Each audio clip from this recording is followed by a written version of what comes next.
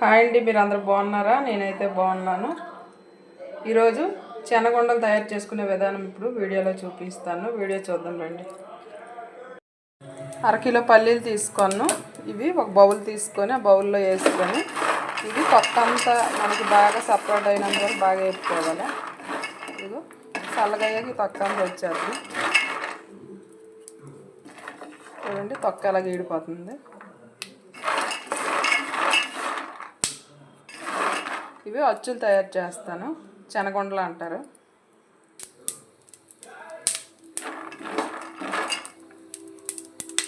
బాగా వేపుకొని పొట్టు తీసుకుని పల్లీలు, ఇవి అరకిలో పల్లీలు. ఇదిగో ఒక బౌల్ తీసుకున్న దలసరిది. ఇది అరకేజీ ఒక మొత్తం పావు కేజీ, మొత్తం కలిసి 30 కేజీ బెల్లం. ఇది అరకిలో మీదకి అరకిలో బెల్లం ఉండాలి కాబట్టి మరి పావు కిలో ఎక్కువ తీసుకొని నేను, పాకం ఎక్కువ కావాలా. ఇప్పుడు ఇది ముందుగా వాటర్ వేస్తాను. ఈ పాకం కాదు వాటర్, మళ్ళీ వడేసుకుందాము. ఇందులోన ఏదైనా చెత్త లాంటిది ఉంటే వడేసుకోవడానికి ముందుగా ఈ బెల్లం అంతా కరిగించుతాను. బెల్లం కరిగేలోపు స్టవ్ అనేది బెల్లం బాగా కరిగాక ఇది వడకట్టుకొని అప్పుడు పాకం తీసుకుందాము. అరిసెల పాకంకి తక్కువ, పొంగడుల పాకం కంటే కొంచెం ఎక్కువ రావాలి.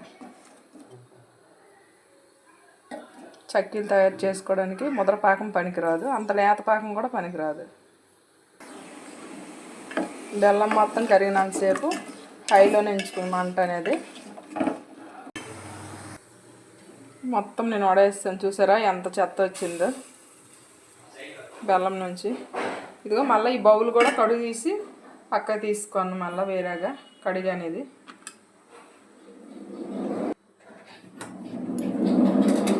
మళ్ళీ ఈ పాకం అనేది ఇందులోకి వేస్తాను.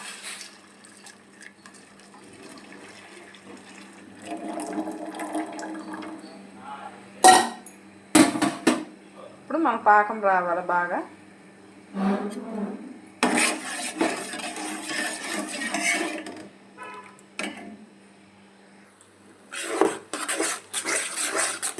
మన పాకం కొంచెం దగ్గర పడుతుంది, మరి కాసేపట్లో పాకం వచ్చేస్తుంది.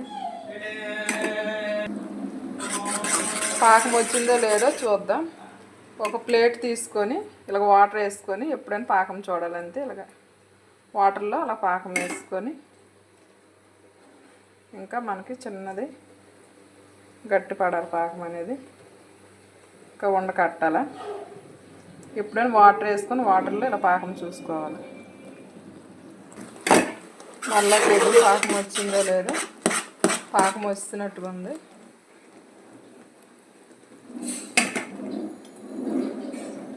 చూడండి, ఎందటికి ఇప్పటికి పాకం అనేది ఉండకట్టుతుంది. ఇప్పుడు మనకి అచ్చు ఇలా రావాలి, పల్లీలు అచ్చులు బాగా రావాలంటే ఈ రకంగా పాకం రావాలి. మరీ ఉండ చుట్టేసింది అనుకోండి, మనకి గట్టిగా అయిపోద్ది.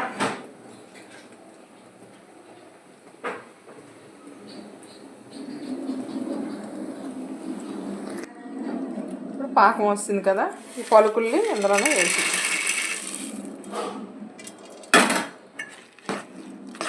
పలుకులకి మొత్తం పాకం పట్టే వరకు బాగా కలుపుతుంది. పల్లీలు బెల్లం అంతా బాగా పులుచుకుంటుంది. ఇందులో కొంచెం నెయ్యి వేద్దాం. ముందుగా ఈ ప్లేట్లోకి అదంతా వేసుకోవడానికి ముందు నెయ్యి వేసి ప్లేట్ మొత్తం అప్లై చేద్దాం.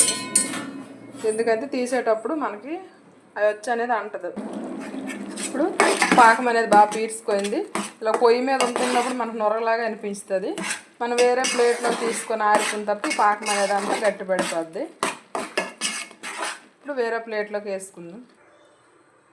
ఇది చల్లగా అయ్యాక మనము కట్ చేసుకుందాము పీసుల్లాగా. కొంచెం వేడిగా ఉంది కాబట్టి మెత్తగా చాకు తూరిపోద్ది, కొంచెం గట్టి పడిపోద్ది. ఒక 20 నిమిషాలు పక్కన ఉంచుకున్నాం అనుకోండి, చాలా బాగుంటుంది. పాకం అంతా కిందకి వెళ్ళి చూడు పల్లీలు పైకి వస్తాయి. మనం తిరగేసేటప్పుడు పాకం అనేది మళ్ళీ బాగా కనబడుతుంది మనకి, పల్లీలు తిరగేసేటప్పుడు అచ్చులు. చూడండి శనగొండలు ఎంత బాగుందో, అంత బాగా రెడీ అయ్యేవి. చూడండి పాకం ఎంత బాగుందో ముద్ర పాకం వల్ల. నా వీడియో కానీ మీకు నచ్చితే లైక్ చేయండి, షేర్ చేయండి, కామెంట్ చేయండి.